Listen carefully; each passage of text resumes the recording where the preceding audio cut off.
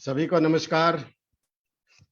आज की जामवाणी संवाद श्रृंखला में सभी का नमस्कार, नमन, प्रणाम।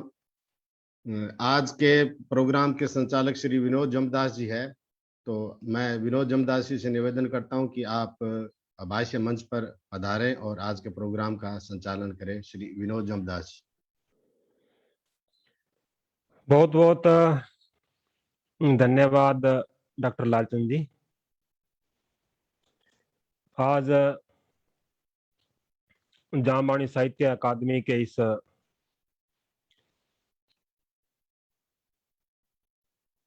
जामवाणी साहित्य संवाद श्रृंखला के 48वें एपिसोड में आप सबका स्वागत है। आज का एपिसोड विशेष इस प्रकार है कि आज हमारे बीच में एक ऐसी शख्सियत आ रहे हैं जिनका जामवाणी साहित्य अकादमी के साथ प्रेम भाव बहुत लंबे समय से है। आप आदिवासी संस्कृति के बीच में पिछले लगभग 3-4 दशक से काम कर रहे हैं। आदिवासी यानी भारतीय ज्ञान परंपरा और संस्कृति का बीज बचाकर रखने वाली एक संस्कृति, जिसके बीच में काम करते हुए आपको जो अनुभूतियां हुई है, जो सुखद अनुभूतियां अनुभव हुए हैं, उसके बारे में आपसे निवेदन हम आज करेंगे। और यह एक बहुत ही सुखद संयोग है कि जामवाणी साहित्य अकादमी भी इसी प्रयास में है कि उस वाचिक परंपरा को सहज लिया जाए जो समय के साथ विलोपन के कगार पर पहुंच चुकी है। और बिश्नोई समाज भी, उनका जीवन शैली भी कुछ उसी प्रकार की है जिस प्रकार आप उन आदिवासियों के बीच में, जनजातियों के बीच में काम करते रहे हैं। प्रकृति के साथ जीना ही बिश्नोई समाज का एक सदा से ही जीवन शैली का अभिन्न भाग रहा है। पद्मश्री डॉक्टर कपिल तिवारी जी का जन्म मध्य प्रदेश के सागर जिले में हुआ था। आप आदिवासी लोक कला एवं बोली विकास अकादमी मध्य प्रदेश के निदेशक रह चुके हैं। मध्य प्रदेश के जनजातीय बहुल क्षेत्रों से होनहार लोक कलाकारों को खोजकर उन्हें आपने अंतर्राष्ट्रीय मंच प्रदान किया है। मध्य प्रदेश की लोक संस्कृति और कलाओं को एक अनुपम माध्यम मिला आपके द्वारा। यूं कहें तो ये ठीक रहेगा कि भारत के सबसे बड़े जनजातीय क्षेत्र में आपने जो काम किया है वह समग्र जनजातियों का बहुत बड़ा हिस्सा है।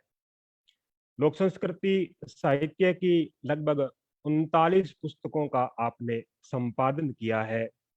और आपके साथ में ही बेली चित्रकार गौरी बाई को अब पद्मश्री मिला है, तो उस पर आपने बहुत ही एक सुखद अनुभव आपने बताया कि इसकी वजह से मेरा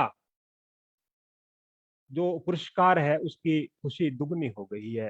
किस प्रकार आपने उस संस्कृति और उनके निवासियों से अपनत्व कायम किया था कि उनकी खुशी में भी आपकी खुशी दुगनी हो गई है। अब आप विदेश मंत्रालय में भारतीय सांस्कृतिक संबंध परिषद में वर्तमान में उसके सदस्य हैं और इंदिरा गांधी राष्ट्रीय कला केंद्र नई दिल्ली के सलाहकार सदस्य भी है। अब आप जनजातीय संस्कृति चैनल यूट्यूब पर भी शुरू करना चाहते हैं। आपके शब्द, आपका कार्य उस चैनल पर सारा देश देखता रहेगा और इस प्रकार आप जब बोलते हैं तो समा बन जाता है। अगाध ज्ञान और विषय पर आपकी पकड़ जबरदस्त है। आपको बोलते देखकर यह नहीं लगता कि आप किसी नागर संस्कृति का पढ़ा लिखा कोई डॉक्टर बोल रहा है, बल्कि ऐसा लगता है कि जैसे कोई ऋषि अपना उद्बोधन दे रहा है। इन भोले भाले सीधे साधे लोगों के बीच में काम करते करते आपका हृदय इतना निर्मल, इतना पावन हो गया है कि आप भी भारतीय संस्कृति के एक पुराने ऋषि के तुल्य अब हो गए हैं। हरदा संस्कृति में, हरदा जामवाणी साहित्य संगोष्ठी में जब आप पधारे थे और संगोष्ठी में आपका उद्बोधन हुआ था, तो मंत्र मुग्ध होकर श्रोताओं ने आपको सुना था। और एक प्रकार से यह संगोष्ठी का वहां पर एक सफलता थी आपका पधारना।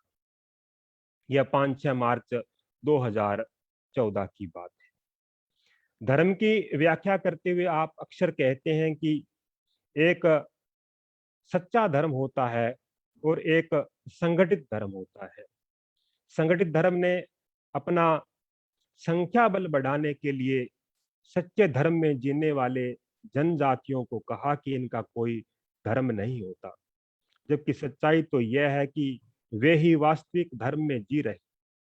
वे प्रकृति से एकमेव है और प्रकृति अप्रगट परमात्मा का प्रगट रूप है। इस प्रकार वे परमात्मा के कितने नजदीक है।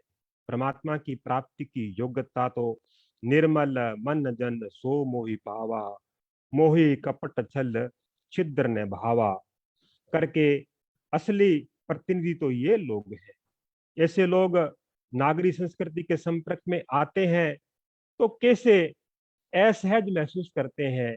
इसके लिए एक शेर इनकी व्यथा पर बहुत सटीक बैठता है कि या तो हमें मुकम्मल चालाकियां सिखाई जाए, नहीं तो हम मासूमों की अलग बस्तियां बसाई जाए। डॉक्टर कपिल तिवारी जी, बचपन में जब बच्चे स्कूल की छुट्टी होते ही बस्ता बगल में दबाकर घर की ओर भागते हैं, ऐसे समय में आप ओशो की सभा में सबसे आगे बैठकर मनोयोग से उन्हें सुनते थे। आपको सुनते देखकर ऐसा लगता था कि आप ओशो को सुन नहीं रहे हैं, आप ओशो को पी रहे हैं। और ओशो भी ऐसे सुपात्र श्रोता को पाकर नहीं लगता था कि वे सभा को सुना रहे हैं, बल्कि ऐसा लगता था कि जैसे वे स्वयं की प्रज्ञा, स्वयं का ज्ञान, स्वयं की चेतना और स्वयं को आपको पिला रहे हैं। पूत के पैर उस दिन पालने में जो दिखे, वह महान प्रज्ञा आज हमारे बीच में है उद्बोधन के लिए। और जामवाणी साहित्य अकादमी आपका स्वागत करती है। वाचिक परंपरा जो सदियों से चली आ रही है, जनजातियों की वाचिक परंपरा को आपने उस समय पर सहज लिया जब वह विलोपन के कगार पर पहुंच चुकी थी। इसके लिए भारतवर्ष की ज्ञान परंपरा सदैव आपकी आभारी रहेगी। अरण्य, अर्बन और इनके अध बीच में झूलती ग्रामीण संस्कृति, ये 3 संस्कृतियों का आप अक्सर उल्लेख करते रहते हैं। किस प्रकार ज्ञान वृद्ध और डिग्री वृद्ध का आप अपने उद्बोधनों में उल्लेख करते रहते हैं। ज्ञान अक्सर शिक्षा का मोहताज नहीं है, यह अनुभव और अनुभूति से प्राप्त होता है। यह भी हम अक्सर आपसे सुनते रहते हैं। आपका बहुत बहुत स्वागत है। आज हमारे कार्यक्रम के अध्यक्षता कर रहे हैं डॉक्टर प्रोफेसर करुणा शंकर उपाध्याय जी। आपका जन्म 15 अप्रैल 1968 प्रतापगढ़ उत्तर प्रदेश में हुआ। आप वरिष्ठ प्रोफेसर एवं पूर्व अध्यक्ष हिंदी विभाग, मुंबई विश्वविद्यालय मुंबई। लगभग 20 प्रमुख कृतियां प्रकाशित आपकी हो चुकी है, 12 का आपने संपादन किया है, 2 विश्व कोशों का आपने सह लेखन किया है। आपके शोध निर्देशन में अब तक 33 पीएचडी और 55 एमफिल छात्र उपाधि प्राप्त कर चुके हैं। विभिन्न संस्थाओं द्वारा आपको साहित्य और भाषा की सेवा के लिए 15 प्रतिष्ठित पुरस्कार प्राप्त हो चुके हैं। जामवाणी साहित्य अकादमी पर आपकी विशेष करुणा रहती है। आपका स्नेह और अपनत्व भी ऐसा था कि जामवाणी के ऐतिहासिक अकादमी के ऐतिहासिक और अद्वितीय संगोष्ठी के लिए आपने मुंबई में हमें आमंत्रित किया था। और अब भी जब हम किसी गंभीर विषय पर कोई राय लेनी हो अथवा किसी कार्यक्रम में आपकी सादर उपस्थिति की आवश्यकता हो तो आपको फोन मिलाया जाता है और एक सच्चे संरक्षक के रूप में तुरंत हमारा निवेदन आप स्वीकार कर लेते हैं। डॉक्टर प्रोफेसर करुणा शंकर जी, आपका बहुत बहुत स्वागत है सर। आज के कार्यक्रम के धन्यवाद ज्ञापक के रूप में श्री B.R. डेलू, आप सेवानिवृत्त आरएएस अधिकारी हैं, अकादमी के वरिष्ठ सदस्य हैं। आपके पास प्रशासनिक और समाज सेवा का लंबा अनुभव है। भारतीय पुलिस सेवा के श्रेष्ठ अधिकारियों में से एक गुजरात पुलिस और बिश्नोई समाज की आभा आईपीएस प्रेम सुख डेलू जैसी प्रतिभाएं आपके ही मार्गदर्शन में शिखर को प्राप्त हुई थी। आपका बहुत बहुत स्वागत है डेलू साहब। हमारे बहुत प्रिय और सेवाभावी, सहज और सरल व्यक्तित्व के धनी डॉक्टर लालचंद बिश्नोई, सहायक डायरेक्टर है आप गवर्नमेंट पॉलिटेक्निक कॉलेज बीकानेर में। आपका तकनीकी प्रबंधन हर बार अद्वितीय रहता है। आपका भी बहुत बहुत स्वागत है। समस्त दर्शक श्रोताओं का बहुत बहुत स्वागत है। डॉक्टर कपिल तिवारी जी, बिश्नोई परंपरा का अंतर्भाव भी कुछ ऐसे ही जनजातियों जैसा है। तभी तो एक वृक्ष की टहनी काटने और एक वन्य जीव की थोड़ी सी पीड़ा देखने पर भी बिश्नोई व्याकुल हो जाता है। और जब कभी इन वृक्षों और वन्य जीवों के प्राणों पर प्रहार होता है, उस प्रहार को भी बिश्नोई अपनी छाती पर झेल कर इनकी रक्षा करता है, क्योंकि वह इन्हें अपने से अलग समझता ही नहीं। वह तो इनके साथ एकमेव है और इस एकमेवता के भाव को भी आप श्री से अधिक और कौन समझ सकता है। 30-32 वर्षों से इन्हें समझते समझते आप भी इस भाव में एकमेव हो गए हैं। आप धर्म को प्रदर्शन की नहीं, अंतर्दर्शन की चीज मानते हैं। आप प्रकृति को माता कहते हैं। आज आपका प्रकृति पुत्र बिश्नोई समाज प्रकृति पर प्रहार का प्रतिकार करने वाले समाज के मंच पर आपका स्वागत है। कृपया आप मंच पर पधारें और अपना अमूल्य उद्बोधन देख करके हम सबको कृतार्थ करें। डॉक्टर कपिल तिवारी जी, पद्मश्री, आपका स्वागत है।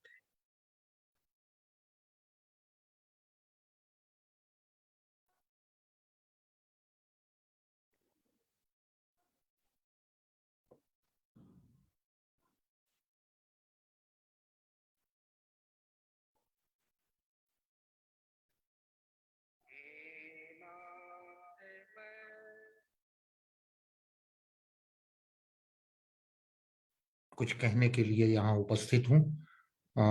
ये ऑनलाइन है। हरदा में तो मैं स्वयं गया था 2014 में और मैंने कुछ निवेदन वहाँ मित्रों के बीच में किए थे। बड़ी संख्या में लोगों ने उसको सुना था। उस पर मेरे पास बहुत सारी प्रतिक्रियाएं भी आई थी। ये आज हम एक बहुत अनूठे विषय पे चर्चा करने जा रहे हैं और मैं समझता हूं कि इसके भीतर विषयों की एक समग्रता जैसी है। जब हम प्रकृति पर, प्रकृति के साथ जुड़े जीवन पर और विश्नोई समाज के बारे में बात करते हैं तो एक तारतम्यता है।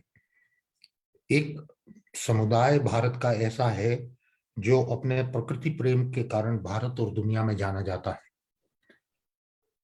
और उन्हें ये अधिकार है कि वे प्रकृति के बारे में कुछ कहें।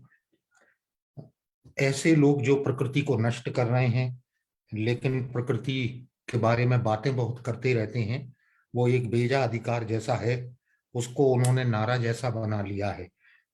हमारे समय तक आते आते पूरी दुनिया में प्रकृति का जो नाश किया गया है विकास के नाम पे, उसने धरती के जीवन को ही संकट में ला दिया है। आप सब इस बात को बहुत अच्छी तरह से जानते हैं कि हमारे समय की अभी कुछ अरसा पहले ही जो शांत हुए प्रोफेसर स्टीफन हॉकिंग, जो दुनिया के महानतम वैज्ञानिकों में से एक थे, उन्होंने हांगकांग में वैज्ञानिकों की एक सभा में ये कहा था, एक तरह से अपनी आशंका व्यक्त की थी। वो कोई ज्योतिषी की आशंका नहीं थी, वैज्ञानिक की थी। उन्होंने कहा था कि जिस तरह से विकास के नाम पे हम धरती के पूरे पर्यावरण को असंतुलित कर रहे हैं, उसके चलते मुझे ऐसा लगता है कि इस धरती का जीवन 1 सदी से ज्यादा का नहीं बचा है। अब मनुष्य को चाहिए कि अपने रहने जीने के लिए एक और धरती की खोज शुरू कर दे।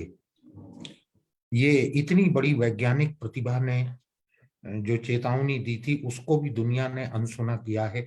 मैं ये बात आपसे 12 साल पहले की कर रहा हूं, जब ये चेतावनी दी गई थी।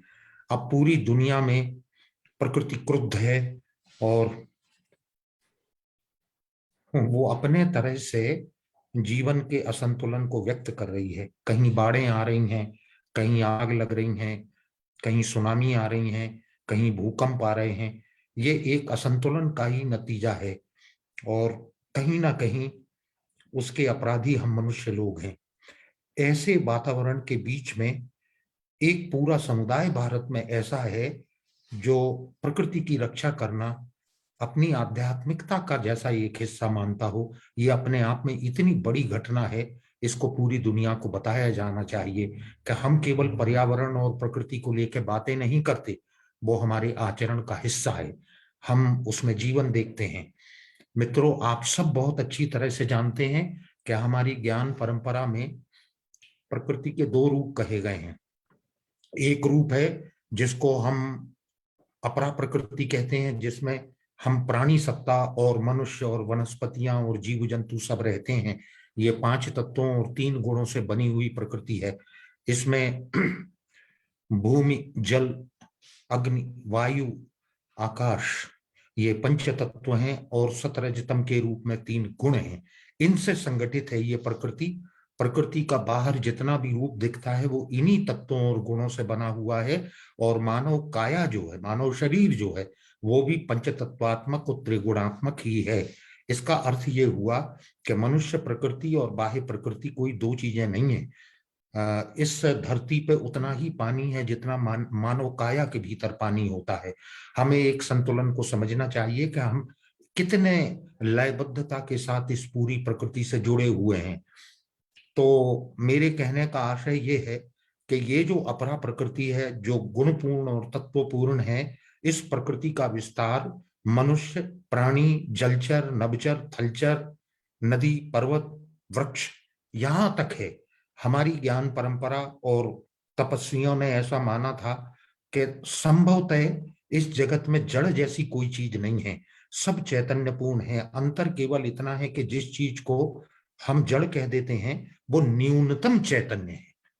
यानी एक चट्टान के लिए, एक पर्वत के लिए, एक कठोर चीज के लिए हम कुछ जड़ सा कहने लगते हैं। वो कह रहे हैं जड़ नहीं है, उसके भीतर भी अगाध शक्ति भरी हुई है। परमाणु की शक्ति ने इसको सिद्ध भी कर दिया है कि भौतिक पदार्थ का एक छोटा सा कण अपने भीतर कितनी अपार ऊर्जा को समाये रहता है। यानी इसका अर्थ ये हुआ कि वो जो न्यूनतम चैतन्य है वो भी शक्ति का एक विशाल भंडार है। अब प्राणिक सत्ता तक चेतना के विस्तार के बाद वनस्पतियों में भी भारतीय मेधा ने जीवन को देखा था, स्पंद को देखा था, चेतना को देखा था, जीवन को देखा था। इसीलिए भारत में सहस्त्राब्दियों से वृक्ष पूजा की परंपरा एक आध्यात्मिक कार्य माना जाता है। हमने अनेक लोक देवी देवताओं का अधिष्ठान, जनजातियों ने बहुत सारे मातृ शक्तियों और देवताओं का अधिष्ठान पवित्र वृक्षों में किया है। आपको स्मरण होगा कि हमारे देश में नदियों में एक दीपदान करने की महान परंपरा सहस्त्राब्दियों से चली आ रही है। हम नदी को एक जीवंत चीज मानते हैं। अभी कुछ अर्सा पहले ही, कुछ बरस पहले ही दक्षिण अमेरिका में पहली बार एक नदी को मनुष्य के जीवन के जैसा अधिकार देने की पहल हुई और उसमें वो सफल हुए हैं। आश्चर्य की बात यह है, दुनिया में कोई इसका उल्लेख नहीं करता कि भारत में नदियों के साथ मानवीय व्यवहार क्या रहा है। अब इन नदियों के सामने एक संकट है कि परंपरा ने तो हमें इनके प्रति एक पावनता का और पूज्य भाव दिया था, लेकिन हम उनको प्रदूषित करने में लगे हैं। भारत की नदियां कठिन संकट में हैं और वो सूख रही हैं। मेरे कहने का आशय ये है कि मनुष्य से लगा के प्राणियों से होता हुआ वृक्षों तक जीवन का जो विस्तार है, ये जीवन को इतने विस्तार में देखने की आवश्यकता है। ये सब हमसे जुड़ा हुआ है। सारे प्राणी जो हैं, उनमें से कोई भी प्राणी जो है ऐसा नहीं है जिसका असर, जिसका प्रभाव हमारे जीवन पर नहीं पड़ता। सारी प्राणिक सत्ता एक दूसरे के जीवन को संभव कर रही है। और मनुष्य ने जब से ऐसा मानना शुरू किया है कि वो प्रकृति के केंद्र में है और उसको ये नैसर्गिक अधिकार मिला हुआ है कि वो किसी भी प्राणी को मार सकता है, किसी भी वृक्ष को काट सकता है, किसी भी नदी को रोक सकता है, किसी भी पर्वत को काट सकता है, इससे एक भयानक असंतुलन पैदा हुआ है। दरअसल परंपरा तो हमसे ये कहती थी कि देखिए, इस जीवन के केंद्र में, इस प्रकृति के केंद्र में, इस निसर्ग के केंद्र में, इस अस्तित्व के केंद्र में कोई नहीं है। केंद्र में एक शून्यता है, एक भगवत्ता है। आप भी परदीपे हैं, सारे प्राणी भी परदीपे हैं। वो भगवत्ता अपना जीवन इस तरह संभव करती है। इस महान परस्परता में जीवन एक दूसरे को सहारा देता है और अपने को संभव करता है। अगर हम प्राणियों को और प्रकृति में जितने भी वृक्ष और नदियां और पर्वत आदि हैं, इनको नष्ट करेंगे तो तत्वतः हम अपने आप को ही नष्ट कर रहे होते हैं, क्योंकि हम प्रकृति के उस महान नियम को भंग कर देते हैं जो परस्परता के आधार पर टिका हुआ है। ये एक महान और रहस्यमय संतुलन है।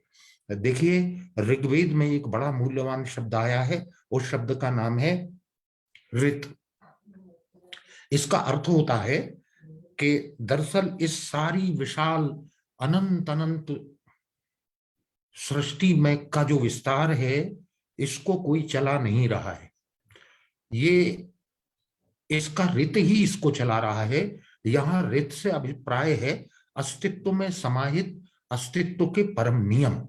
वे परम नियम इस सृष्टि को संचालित करते हैं और ये उनके कारण चल रही है, इसकी स्थिति भी और इसकी गति भी। इसको चलाने वाला कोई नहीं है। इसके अंतर में जो नियम है वो ही इसको चला रहे हैं। अब आप देखिए, ये ऋत जो सृष्टि को चला रहा है, इसी को लेके एक शब्द हमारी परंपरा में आया, हमारे बोध में आया, हमारे ज्ञान में आया, वो उसको हम ऋतु कहते हैं। ऋतु शब्द बना ही ऋत शब्द से है। ऋत से बनी ऋतु जो है, इसका अर्थ ये है हमारे चाहने से वर्षा पहले नहीं आ जाएगी, उसका अपना ऋत है और वो ऋत अपना काम कर रहा है और अपने समय पर ही उस चक्र को पूरा करता है। सर्दी का आना, गर्मी का आना, वर्षा का आना, वो ऋतु का एक परिवर्तन है और एक ऋत से बंधा हुआ है। आप ये देखिए कि मनुष्य की काया है, जरा इस पे विचार करिए कि हम जो कुछ खाते हैं, हम पचाने के लिए क्या करते हैं? क्या हमें उसकी कोई चेतना होती है, या शरीर अपना काम कर रहा होता है, वो भोजन को पचाता है? क्या हमें इस बात की चेतना होती है कि हमें श्वास लेना, श्वास से ज्यादा जीवन में आवश्यक क्या है? लेकिन वो ऋत है हमारी काया का, वो अपना काम कर रहा होता है। इस ऋत के कारण ही जीवन संभव है। और हमें हमारी परंपरा ने ये बताया कि इस तरह पूरी सृष्टि एक दूसरे से ऋत के माध्यम से जुड़ी हुई है। बिश्नोई समाज जो है, उसने प्रकृति के संरक्षण का जो अनूठा कार्य किया है, मैं उसके लिए एक शब्द देना चाहूंगा। मैं दुनिया की सबसे जिम्मेदार और उत्तरदायी आध्यात्मिकता कहता हूं इसको। हमारे समय तक आते आते धार्मिक परंपराओं ने कुछ अजीब सा रूप ले लिया है। वो कर्मकांडी ज्यादा हुई हैं, उनमें शक्ति प्रदर्शन आए हैं, भी प्रतिस्पर्धा कर रही हैं, उनमें संख्या बल की बहुलता हो रही है और वो एक तरह का आतंक भी पैदा कर रहे हैं। भगवान ही जाने ये किस तरह का धर्म है और किस तरह की धार्मिकता है। वास्तविकता ये है कि एक सच्ची आध्यात्मिकता सदा संत प्रस्तावित करते हैं। अब कालांतर में हम उसको जैसा बना लेते हैं, वो अपने मूल में नहीं होता। जम्बू स्वामी ने जब 1485 में बिश्नोई पंथ की स्थापना की, तो उन्होंने 29 नियम दिए थे। 29 नियम का अर्थ, वहां नियम के अर्थ को समझ लीजिए क्या है, क्योंकि हम लोगों के लिए नियम का अर्थ कुछ कानूनी सी चीज हो गया है। वास्तव में जीवन जीने के तरीके, जीवन जीने की मर्यादा, जीवन जीने के आचरण की एक मर्यादा उन्होंने रची और दी कि इसका पालन करना ही एक वास्तविक आध्यात्मिकता में होना है। इसका अर्थ ये हुआ कि ये पूरी की पूरी विष्णोई परंपरा जो है वो तत्व दर्शन के बजाय व्यवहारिक आचरण में एक उत्तरदायी आध्यात्मिकता की रचना को ही धर्म मानती है। और ये इतनी बड़ी बात है जो पूरी दुनिया को सीखने की जरूरत है। हमारे समय में उत्तरदायी आध्यात्मिकता जो है उसका स्पेस कम हो रहा है, उसका स्पेस कम हो रहा है, और इसकी वजह से बहुत सारी समस्याएं ऐसी आ रही हैं कि जो धर्मों के मानने वाले लोग हैं वे स्वयं अपने धर्म की मर्यादा का पालन नहीं करते, उसके नियमों का पालन नहीं करते, उसके उपदेशों की अवहेलना करते हैं, और एक स्तर पर जाकर वो द्वेषी, विरोधी, हिंसक और बर्बर बन जाते हैं। ये इतनी चिंता की बात है कि धर्मों ने कभी इस तरह प्रस्तावित नहीं किया था। वे ऐसा नहीं चाहते थे, वे सदा चाहते थे एक उत्तरदायी आध्यात्मिकता। और वो जहां भी इस समय सौभाग्य से बची रह गई है, वो हमारा एक सांस्कृतिक दाय है, एक धरोहर है, एक उत्तराधिकार है। हमें ये भी समझना चाहिए कि जीव रक्षा, पर्यावरण संरक्षण, दया, परोपकार, दान, उत्तम कर्म और आचरण की पवित्रता पर जो बल दिया गया है जम्बूस्वामी के द्वारा, वो मूलतः आचरण की मर्यादा ही रची गई है। वो मर्यादा इतनी बड़ी है कि इसके बाद किसी और धार्मिकता की जैसे आवश्यकता ही नहीं रह जाती। वो उन 29 नियमों के भीतर ही है जिसमें एक नई धार्मिकता भारत के लिए प्रस्तावित की गई थी। ये काल 15वीं शताब्दी का है। 15वीं शताब्दी बड़ा अद्भुत समय है भारत के इतिहास में, जब हमारे देश में एक बहुत अनूठा भक्ति आंदोलन जन्म ले रहा था। हमारे देश में उस समय 4 महान वैष्णव आचार्यों ने क्रमशः रामानुजाचार्य, वल्लभाचार्य, मध्वाचार्य, निम्बार्काचार्य और रामानंद जैसे महान गुरु जो थे, वैष्णव आचार्य जो थे, दार्शनिक जो थे, उन्होंने वैष्णव पंथ के भीतर थोड़े थोड़े दार्शनिक अंतर से महान मत प्रस्तावित किए। एक अर्थ में आप ऐसा कह सकते हैं कि इसके कारण जो आध्यात्मिकता संभव हुई, जो भक्ति संभव हुई, उसने भारत में एक आंदोलन का रूप लिया। हमारे देश की सांस्कृतिक और धार्मिक परंपरा के इतिहास में आंदोलन हम एक ही समय को कहते हैं, भक्ति आंदोलन को। ऐसा इसलिए है कि इस पूरे आंदोलन के साथ करोड़ों लोग जुड़े थे, और करोड़ों लोगों का जुड़ना जो था वो इस आश्वासन पे था कि एक सच्ची धार्मिकता के लिए हम धार्मिक विभेद को, जातिगत विभेद को और वर्ण विभेद को हटाते हैं। धर्म और ज्ञान और भक्ति सब लोगों का सामान्य अधिकार है, सबका उसमें स्वागत होना चाहिए। परमेश्वर किसी के साथ इस आधार पर भेद नहीं करते कि कौन किस जाति में पैदा हुआ है, किस धर्म से आ रहा है और उसका वर्ण क्या है। परमात्मा तो केवल अपने प्रति एक सच्चा समर्पण, निष्ठा, भक्ति का भाव और सच्चापन चाहते हैं। जिसके जीवन में ये घटा, परमात्मा के द्वार उसके लिए खुले हुए हैं। जम्बूस्वामी अपने आप को कृष्ण रूप ही कहते थे। दरअसल हमें ये समझना चाहिए कि कृष्ण बहुत अनूठी घटना है भारतीय आध्यात्मिकता के इतिहास में। वो श्रीमद् भागवत में रसरूप हैं, रसमूर्ति हैं, लेकिन महाभारत के समय संभव हुई गीता में वे ज्ञानेश्वर हैं। ज्ञानेश्वर से लगा के रसमूर्ति तक कृष्ण का जो विशाल जीवन है, जो विशाल देशना है और जो विशाल लीला है, उससे प्रतिकृत होकर करोड़ों करोड़ लोगों ने भारत में एक आध्यात्मिक जीवन जिया है। अनेक लोग ऐसे हैं जिन्हें गीता का योगेश्वर रूप बड़ा प्रिय है, लेकिन अधिकांश भारत का जो लोक समाज है वो रस मूर्ति कृष्ण को अपना आराध्य मानता है, वो उसके साथ अपनी चेतना को एकाकार करता है, वो जीवन के अधिक निकट है। इस रूप में जम्बो स्वामी ने 15वीं सदी में स्वयं कृष्ण रूप होकर एक बार फिर से एक उत्तरदायी आध्यात्मिकता का भारत में प्रस्ताव किया और विश्नोई पंथ की स्थापना की। इससे हमें ये पता चलता है कि दरअसल एक महानता अंतिम रूप से कोई घटना की तरह नहीं है कि वो संभव हो चुका। जब आवश्यकता होती है, इस भूमि का कुछ ऐसा पुण्य और प्रताप है कि इसमें महान लोगों के जन्म होते हैं, महान लोग अवतरित होते हैं और महान देशनाएं देके हमें फिर से एक सही मार्ग दिखाते हैं।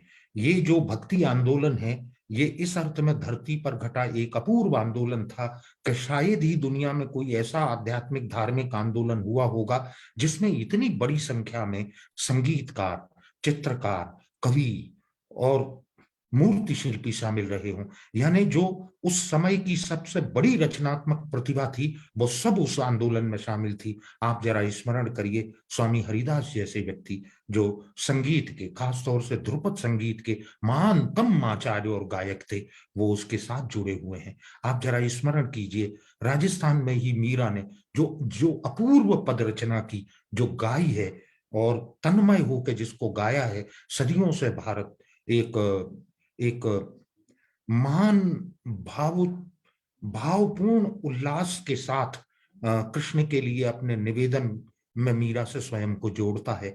आप जरा स्मरण करिए, अष्टछाप के कवियों ने कितनी सुंदर कविताएं भारत के लिए दी हैं। एक अर्थ में आप ये कह सकते हैं कि करोड़ों लोगों का का जो जीवन है, वो उनकी सुबह है, वो करोड़ों लोग उन भजनों से अपने दिन का आरंभ करते हैं। क्या कविता के भाग्य में कहीं और ऐसा पुरुषार्थ लिखा होगा जहां दिन के आरंभ में ही कुछ कविताएं भजन के रूप में करोड़ों लोगों के द्वारा गाई जाती हों? हम समझ सकते हैं कि आज साहित्य की बड़ी कविता की भी क्या स्थिति है, कितने लोगों से उसका सरोकार बचा है और कितने लोग उसको पढ़ते और सुनते हैं। लेकिन उस समय जो कविता भी संभव हुई, वो अपने आश्रय में, अपनी गहराई में और अपनी प्रार्थना में कुछ ऐसी है कि मैं ऐसा मानता हूं कि वे महान प्रार्थना गीत हैं और वो किसी जाति के इतिहास में कभी कभी ही संभव होते हैं। भारत में वो भक्ति काल में संभव हुए। वही एक चेतना है जो जम्बो जी तक आती है और उसके बाद भी निरंतर जारी रहती है। आप ये समझिए कि कुछ विद्वानों ने, खासतौर से हमारी अकादमिकता से संबंधित जो लोग हैं, उन्होंने भक्ति के दो रूपों में सगुण और निर्गुण का एक भेद किया है कि भक्ति का एक रूप ऐसा है जिसमें निर्गुण ब्रह्म की स्थापना और पूजा और ध्यान का प्रावधान है और सगुण ब्रह्म की पूजा आराधना करने वाले लोग जो हैं वो सगुण भक्ति के भीतर आते हैं। मुझे पता नहीं क्यों ये भेद बहुत मूल्यवान कभी लगा नहीं। मुझे ऐसा लगता है ये दो दृष्टियां हैं दरअसल समष्टि को देखने की। जैसे एक बार समष्टि ज्ञान की तरह देखी जाती है, उसमें सत्य रूपा ज्ञान जो है, उसका मार्ग है, उसकी प्रणाली है, उसकी पद्धति है, उसमें सारी चराचर सत्ता जो है वो एक भगवत्ता है, भगवान नहीं है, भगवत्ता है। और एक दूसरा रूप है जब सारी समष्टि सत्ता प्रेम रूपा होती है और उसकी जो भक्ति है उसमें एक सगुणता संभव होती है जब हम अपने आराध्य की एक मूर्ति में उस समष्टि को देखते हैं। इसको समझिए, मीरा क्या कर रही थी, एक छोटा सा विग्रह था कृष्ण का और उसमें ही उनने समष्टि को देखा था, सारी समष्टि।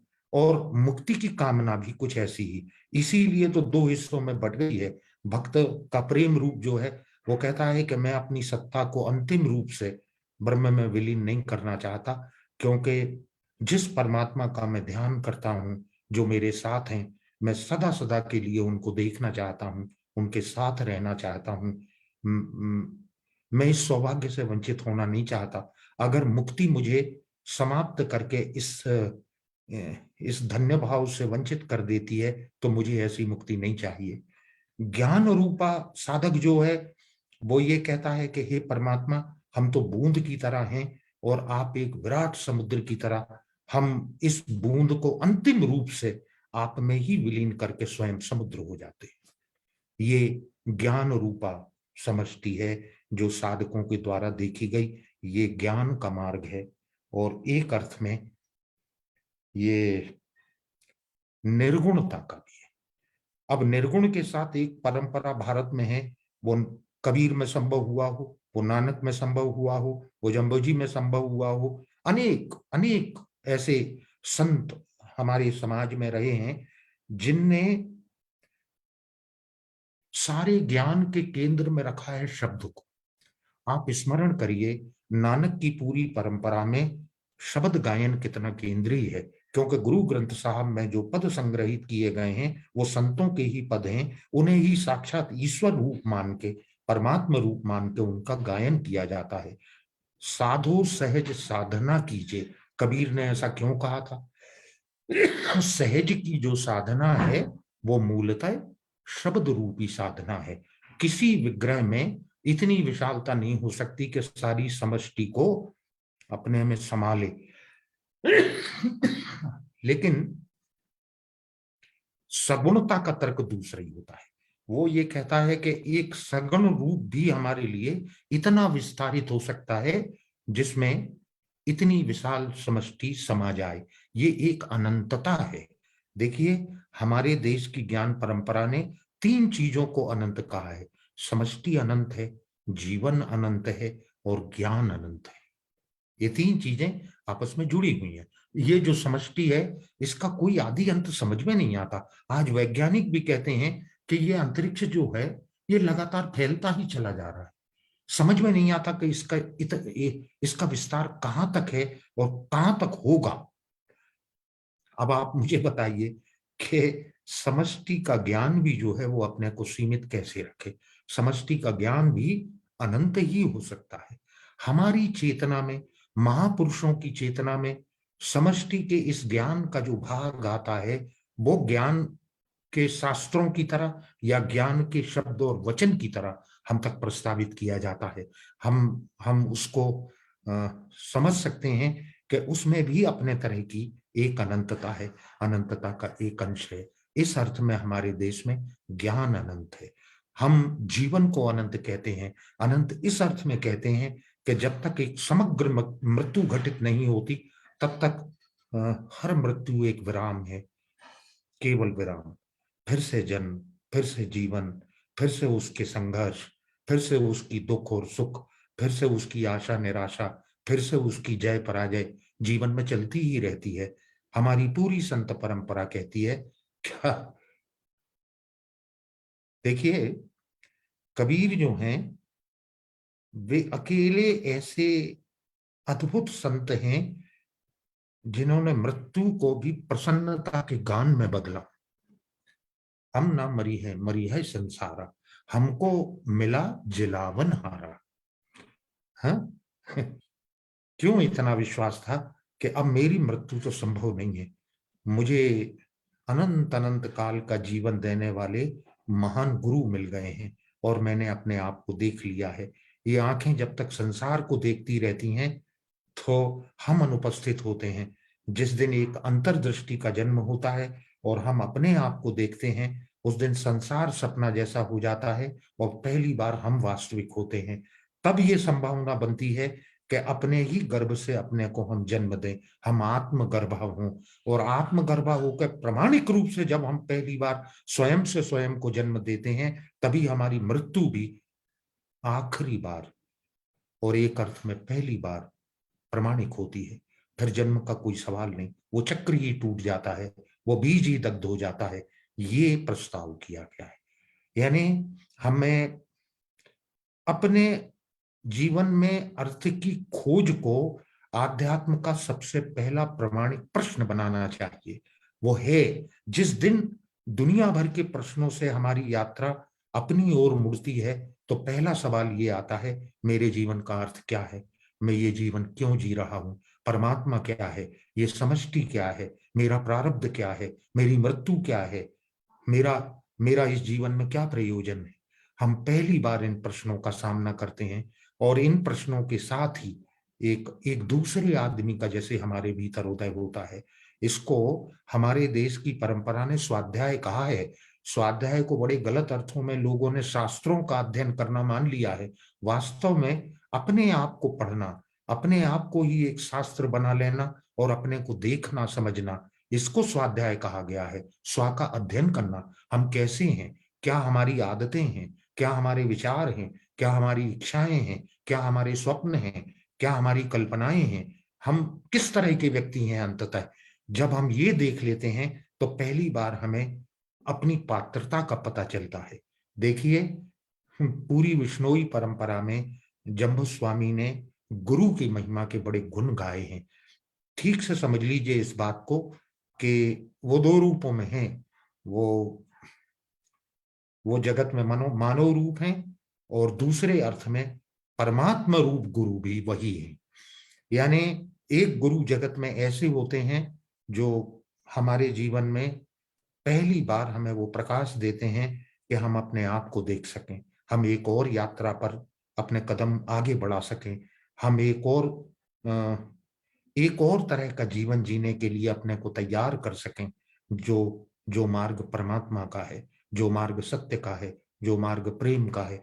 और एक दूसरे अर्थ में जब हमारी ये यात्रा पूरी होती है तो सारी भगवत्ता, सारी समष्टि एक गुरु की तरह ही हमारे साथ होती है। वो हमें अपनी उंगली पकड़ के इस समष्टि में ही समाहित कर देती है, हम ही समष्टि हो जाते हैं। यही वो बिंदु है जहां भारतीय ज्ञान परंपरा ने अहम ब्रह्मास्मि की घोषणा की थी कि मैं ही ब्रह्म हूं। जो समष्टि का हुआ उसी क्षण उसके मुंह से ये निकलता है, मैं ही ब्रह्म हूं। मैं और ब्रह्म दो चीजें नहीं है। ये गुरु की जो महिमा है ये अपार है। और ये भी यहाँ मैं एक लगे हाथों आपके सामने निवेदन कर दूं, बहुत लोगों को ये गलतफहमी है कि इस संसार में उन्हें योग्य गुरु नहीं मिला, वे गुरु को खोज रहे हैं। मुझे तो आज तक समझ में नहीं आया गुरु को खोजा कहाँ जाता है। गुरु खोजने की चीज नहीं है, गुरु मिलते हैं। बस करना इतना होता है कि जिस दिन हम शिष्य के रूप में अपनी पात्रता निर्मित करते हैं, हम ग्रहण करने की योग्यता निर्मित करते हैं, उसी क्षण गुरु हमारे पास आते हैं। गुरु खोजे नहीं जाते, वे योग्य शिष्य के पास स्वयं आते हैं। और इस अर्थ में एक महान गुरु हम लोगों के बीच में 15वीं सदी में आए। उन्होंने एक पंथ की स्थापना की, उन्होंने आचरण की मर्यादा का व्यवहारिक जीवन आदर्श दिया। तत्व दर्शन अकेला नहीं, कोरे तत्व दर्शन में बहुत ऊंची ऊंची बातें की जाती हैं, लेकिन जीवन के लिए क्या है? दरअसल ज्ञान जब तक आचरण नहीं बनता तब तक उसका कोई आंतरिक मूल्य नहीं होता। हमारे देश की ऋषि परंपरा में कुछ ऋषि ऐसे हुए हैं जिनके बारे में हम ये नहीं कहते कि उन्हें ज्ञान हुआ, हम ये कहते हैं वे ज्ञान रूप हुए, ज्ञान रूप हुए। और ये जो महान ज्ञान रूप आचार्य हैं, इनकी सन्निधि में सदियों सदियों तक शिष्यों की एक परंपरा विकसित हुई। उनका चलना, उठना, बैठना, देखना, सोना, जागना, खाना, पीना, बोलना और सबके साथ होना, सब अपने आप में महान ज्ञान है। कैसे बोलना चाहिए, कैसे शयन करना चाहिए, हमारा जागरण कैसा होना चाहिए, हमारा भोजन कैसा होना चाहिए, हमारा पूरी प्रकृति से व्यवहार कैसा होना चाहिए, हम प्राणियों के साथ कैसा व्यवहार करें, हम शब्द का प्रयोग कैसे करें। देखिए, अभी कुछ दिनों पहले हमारे देश के एक बड़े आचार्य हैं, उन्होंने एक सेमिनार में एक बड़ी अद्भुत बात कही। मैंने पहली बार सुना उसको और मुझे बड़ी प्रिय लगी। प्रोफेसर कपिल कपूर जी, उन्होंने कहा कि कहा गया है कि हम जो शब्द उच्चारित करते हैं बड़ा सोच समझ के करें, क्योंकि एक शब्द के उच्चारण करते ही इस सारे ब्रह्मांड की शांति जो है उसमें खलल आता, उसमें तंग उठती है। आप जरा विचार करें कि कैसी विचित्र सी वाचालता में मनुष्य कितने शब्दों का उपयोग कर रहा है बिना उसके आंतरिक अर्थों को जाने, और इस अर्थ में हम ब्रह्मांड की शांति को कितना भंग कर रहे हैं। तो बहुत मूल्यवान है, बहुत मूल्यवान है ये जानना कि शब्द जो है उसको केंद्र में रख के हमारे देश की ऋषि परंपरा के जिन लोगों ने सच्चा शब्द संभव किया, वो दरअसल एक शब्द रूपी भगवत्ता है जिससे सृष्टि का जन्म हुआ था। हमारे देश की दर्शन परंपरा में स्फोटवादी जो हैं वो ये कहते हैं कि इस सृष्टि का जन्म नाद ब्रह्म से हुआ है, उसका महान स्फोट हुआ और उससे ही ये सारे ग्रह नक्षत्र तारे आकाश गंगाएं सूर्य चंद्र और पृथ्वी बनी है। यानी इसके बीज में जो चीज काम करती है वो है नाद, वो है शब्द।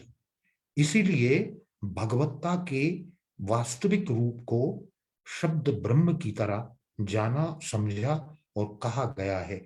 ये जो शब्द परंपरा है इसका बड़ा समृद्ध इतिहास और समृद्ध आध्यात्मिकता कथन के रूप में भारत में संभव हुई है। जम्बूस्वामी उसके महान महान उदाहरण है। मैं समझता हूं कि शब्द वाणी के इन रूपों को हमें ठीक से सम्यक अर्थों में ग्रहण करके प्रकृति के साथ और जीवन के साथ संबंध पर पुनर्विचार करना चाहिए। दरअसल प्रकृति का जीवन और मनुष्य का जीवन दो चीजें नहीं है, सब कुछ आपस में जुड़ा हुआ है। अगर एक नष्ट होगा तो सब कुछ नष्ट होगा। इस अर्थ में मैं मानता हूं कि प्रकृति, जीवन और विष्णोई परंपरा जो है उसके तारतम्य को समझने की जरूरत है। एक ज्ञान का एक रूप एक समुदाय तक आता है, वो ऐसा मानता है कि दरअसल प्रकृति से होते हुए जीवन संभव हो रहा है और हमें उसको क्षति पहुंचाए बिना इस जीवन को जीना चाहिए। ये एक ऐसी सुंदर सामुदायिकता है जो सारी सृष्टि के प्रति हमें जिम्मेदार बनाती है। और एक अर्थ में मैं इसी को एक उत्तरदायी आध्यात्मिकता कहता हूं। उत्तरदायी आध्यात्मिकता सिर्फ अपने जीवन के लिए नहीं होती, जीवन को संभव करने वाले सारे परिवेश की होती है और समष्टि की होती है। जो समष्टि का और सबका विचार करते हुए जीवन जिए वे वास्तव में एक वास्तविक आध्यात्मिकता के भीतर हैं। मैं इतना ही निवेदन करना चाहता हूं।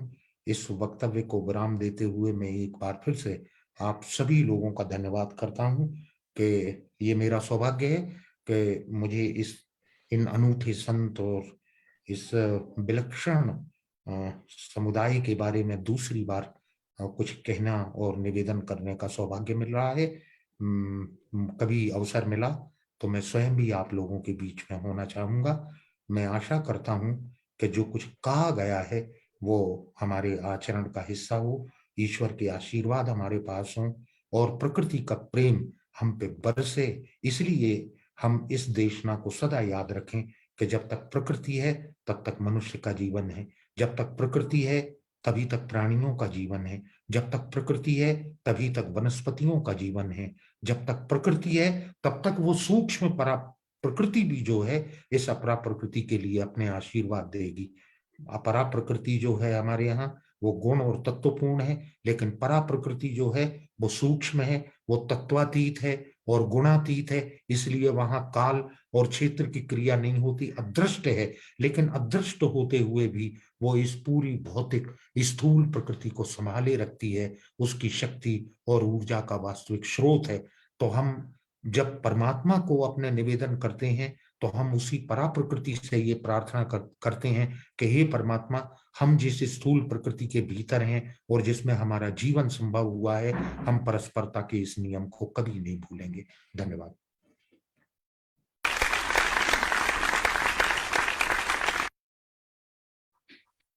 बहुत बहुत धन्यवाद गुरुवर पद्मश्री डॉक्टर कपिल तिवारी जी। एक सच्चे जिम्मेदार और उत्तरदायी आध्यात्मिकता का प्रतिनिधि है विष्णोई समाज। ऐसी एक नई व्याख्या आपने विष्णोई परंपरा के प्रति दी है। भारतीय ज्ञान परंपरा के सच्चे साधक ऋषिवर पद्मश्री प्रकृति माता के लाडले पुत्र, आपने इस मंच पर उपस्थित होकर के इस अमूल्य उद्बोधन से हम सबको कृतार्थ किया है। हम आपके बहुत बहुत आभारी हैं। और इस मंच पर आपका पधारना जिन लोगों की वजह संभव हुआ है, उसमें धर्मेंद्र पारे जी जो निदेशक है अब लोक कला अकादमी भोपाल के, और पूनम चंद जी पंवार हरदा से, और अमित जी तिवारी, जिनकी वजह से आप हमारे सामने आपका दर्शन हमें संभव हुआ है। इन सब का भी हम धन्यवाद करते हैं। आपका पुनः पुनः आभार। और अब अध्यक्ष उद्बोधन के लिए हमारे बहुत ही आदरणीय प्रोफेसर डॉक्टर करुणाशंकर जी उपाध्याय जो मुंबई से हमारे साथ जुड़े हुए, उनसे मैं निवेदन करूंगा कि वो आकर की कृपा अध्यक्ष उद्बोधन दें। और गुरुवर कपिल जी का, पद्मश्री कपिल जी का आप जो उन्होंने उद्बोधन यहाँ पर दिया है उसकी समीक्षा के रूप में और अपने आशीर्वाद के रूप में आप कृपा अपना उद्बोधन दें। प्रोफेसर डॉक्टर करुणाशंकर जी उपाध्याय, आपका स्वागत है सर। धन्यवाद। जामभाड़ी साहित्य अकादमी बीकानेर द्वारा आयोजित जामभाड़ी साहित्य संवाद श्रृंखला 48 के अंतर्गत हमारे बीच आज प्रमुख वक्ता के रूप में उपस्थित भारतीय मनीषी परंपरा के रससिद्ध मनीषी आदरणीय डॉक्टर कपिल तिवारी जी, इस कार्यक्रम के संयोजक विनोद जम्भदास जी, और जामभाड़ी और बिश्नोई परंपरा के तमाम आयोजकगण, संयोजकगण, मित्रों, यह हम सबका परम सौभाग्य है कि आज परम आदरणीय डॉक्टर कपिल तिवारी जी को सुनने का मुझे भी सौभाग्य मिला। जब डॉक्टर सुरेंद्र बिश्नोई जी ने कहा कि आदरणीय कपिल तिवारी जी का व्याख्यान है, तो मेरा बल्कि एक भारतीय रिजर्व बैंक का कार्यक्रम था, तो मैंने उसको रोक दिया। मैंने कहा कि रिजर्व बैंक का कार्यक्रम रिजर्व में रखते हैं, आदरणीय तिवारी जी को सुनना जैसे संचित पुण्य का फल प्राप्त करने जैसा है। अभी आदरणीय तिवारी जी भारतीय ज्ञान परंपरा के जिस अनंत रूप की चर्चा कर रहे थे, तो उसकी एक अद्भुत झांकी इनके व्याख्यान में हम सबको देखने को मिली। मित्रों, बहुत ही सुचिंतित और भारतीय ज्ञान परंपरा के आप कह सकते हैं कि सार तत्व को रेखांकित करने वाला व्याख्यान जो है हमारे बीच में आया है। पूरे विश्व में आप देखेंगे कि भारतवर्ष की ही जो परंपरा है वह गतिशील और लोकोन्मुख चेतना से युक्त परंपरा है। वह प्रकृति और पर्यावरण के साथ संतुलन की अवस्था में रहने वाली परंपरा है। भारतीय परंपरा की प्रस्तावना ही जिसे कहें कि जब वैदिक काल में होती है तो वहां ही कहा गया कि माता भूमि ही पुत्रों अहम पृथिव्या, मतलब जिस परंपरा में ही हम कह सकते हैं कि वंदे मातरम का आविर्भाव हुआ। हम धरती को ही माँ मानते हैं, आकाश को ही पिता मानते हैं। हम सब जानते हैं कि ऋग्वेद के उषा काल में ही प्रथम पुरुष ने जब अपने नेत्र खोले तो उसे सबसे पहले प्रकृति का ही प्रेम, साहचर्य और सहयोग प्राप्त हुआ। प्रकृति संसर्ग से ही वैदिक ऋषियों में चेतना का उन्मेष हुआ, उनकी ऋषि दृष्टि जो है उन्मीलित हुई। इसलिए आप देखेंगे कि वैदिक ऋषियों ने ही प्रभावापन्न होकर इंद्र, वरुण, सोम, मरुत, मित्र, अग्नि, सिंधु, पृथ्वी, आकाश आदि का जिज्ञासु भाव से चित्रण किया है। पूरे विश्व में ऐसा प्रार्थना गीत नहीं मिलेगा। यजुर्वेद का जो अत्यंत लोकप्रिय मंत्र है, जिसको हम लोग शांति मंत्र कहते हैं, वह किस प्रकार से ब्रह्मांड व्यापी शांति की परिकल्पना करता है, वह बहुत अद्भुत है। जिसमें हम द्युलोक में, अंतरिक्ष में और पृथ्वी से शांति की भाव प्रवण प्रार्थना करते हैं। आप सब इस मंत्र को बार बार दोहराते हैं। ओम देव शांति, अंतरिक्ष शांति, पृथ्वी शांतिरापः, शांतिरोषधय शांति, वनस्पतयः शांतिर्विश्वे देवा, शांतिर्ब्रह्म शांति, सर्वम शांति, शांतिरेव शांति, सामा शांतिरेधि, ओम शांति शांति शांति। यानी द्युलोक में शांति विद्यमान रहे, अंतरिक्ष में शांति रहे, जल शांति दे, औषधियां और वनस्पतियां शांति दें, प्रकृति की शक्तियां अर्थात विश्वदेव और विश्व की प्रत्येक वस्तु शांति युक्त रहे, यानी सारे पदार्थ सुसंगत और शांत रहें, ज्ञान में शांति रहे, सर्वत्र शांति हो, शांति भी हमें शांति दे। अब इससे विराट कामना क्या हो सकती है? यहाँ शांति भी एक देवता है। यानी इसी तरह आप देखेंगे कि ऋग्वेद के तमाम मंत्रों में, एक दूसरे मंत्र में भी हमारा वैदिक ऋषि प्रार्थना करता है। वह कहता है कि अद्या देवा उदिता सूर्यस्य निर्हंसा पिपृता निरवदृत या तन्नो मित्रो वरुणो माम हंता मदिति सिंधु पृथ्वी उद्यदौ। मधुमय पर्यावरण वैदिक ऋषियों की सहज प्यास रही है। उनका मानना था कि शुद्ध और संतुलित पर्यावरण में ही मधुमयता है। ऋग्वेद में पृथ्वी एवं आकाश को मधुमय बताते हुए कहा गया है कि हे द्यावा पृथ्वी मधु मिमिक्षताम। यानी आप देखेंगे कि संपूर्ण वैदिक साहित्य में प्रकृति की सारी शक्तियों को एक सुनिश्चित विधान में दिखाया गया है। उनमें नियमन है, जिसको अभी आदरणीय कपिल तिवारी जी ऋत कह रहे थे। उसके विराट एवं प्रशस्त रूप में चराचर जगत तथा गोचर और अगोचर ब्रह्मांड के समस्त उपादान समाहित हैं। इस नियमन को ही वैदिक भाषा में ऋत कहा गया है। ऋत नियमों से बड़ा कोई नियम नहीं है। अग्नि प्रकृति की विराट शक्ति है, वह भी एतस्य क्षत्ता हैं। नदियां भी ऋतावरी हैं और नियमानुसार चलती हैं। भूमंडलीय ताप भी नियमबद्ध और संतुलित है।